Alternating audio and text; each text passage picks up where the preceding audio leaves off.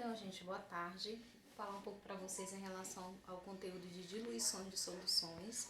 Nós já trabalhamos o conceito de solução, mas eu vou só relembrar vocês, tá?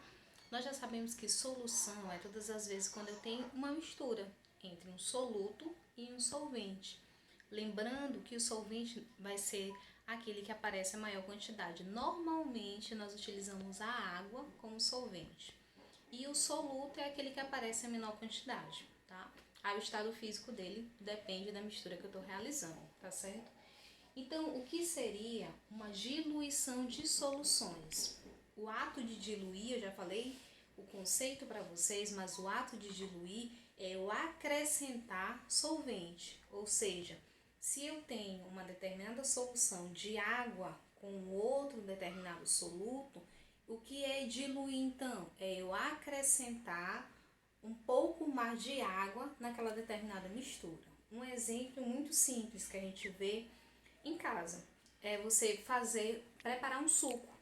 Você tem um determinado suco, certo? Pode ser a polpa, pode ser o pó, né, do suco, e você tem a quantidade X de água.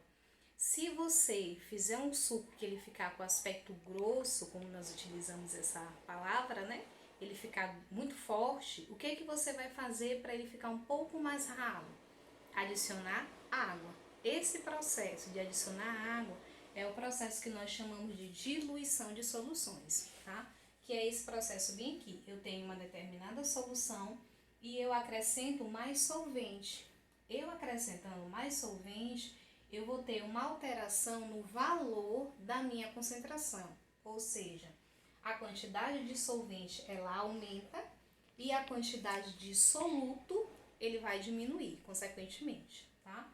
Então, dentro desse conteúdo de diluições de soluções, vai aparecer para nós algumas fórmulas, que é praticamente a mesma fórmula, só vai mudar esse aspectozinho bem aqui que eu vou já explicar para vocês. Como é que eu vou fazer um cálculo de uma diluição?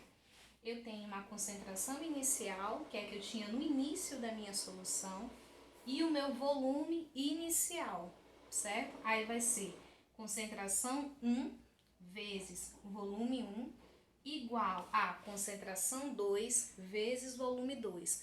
Quem vai ser a concentração 2? Quem vai ser o volume 2? Vai ser o valor posterior, ou seja, depois que eu adicionei o solvente. Então, inicialmente eu tinha uma concentração X e um volume X.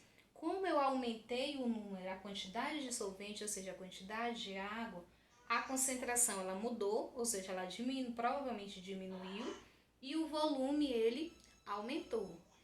Esse Czinho nós já conhecemos que é a concentração comum, mas também a questão ela pode me dar a concentração comum, que é dada em gramas por litro, ou ela pode me dar em mol por litro. Quando ela me dá em mol por litro, eu vou utilizar M no lugar de C, tá? Esse C quer dizer concentração comum inicial ou concentração comum primeira, volume inicial, o volume primeiro, o volume 1, concentração comum 2 e volume 2. Aqui embaixo, molaridade, tá? Ou concentração molar 1 vezes volume 1 igual a molaridade 2 vezes volume 2, certo? Até mais!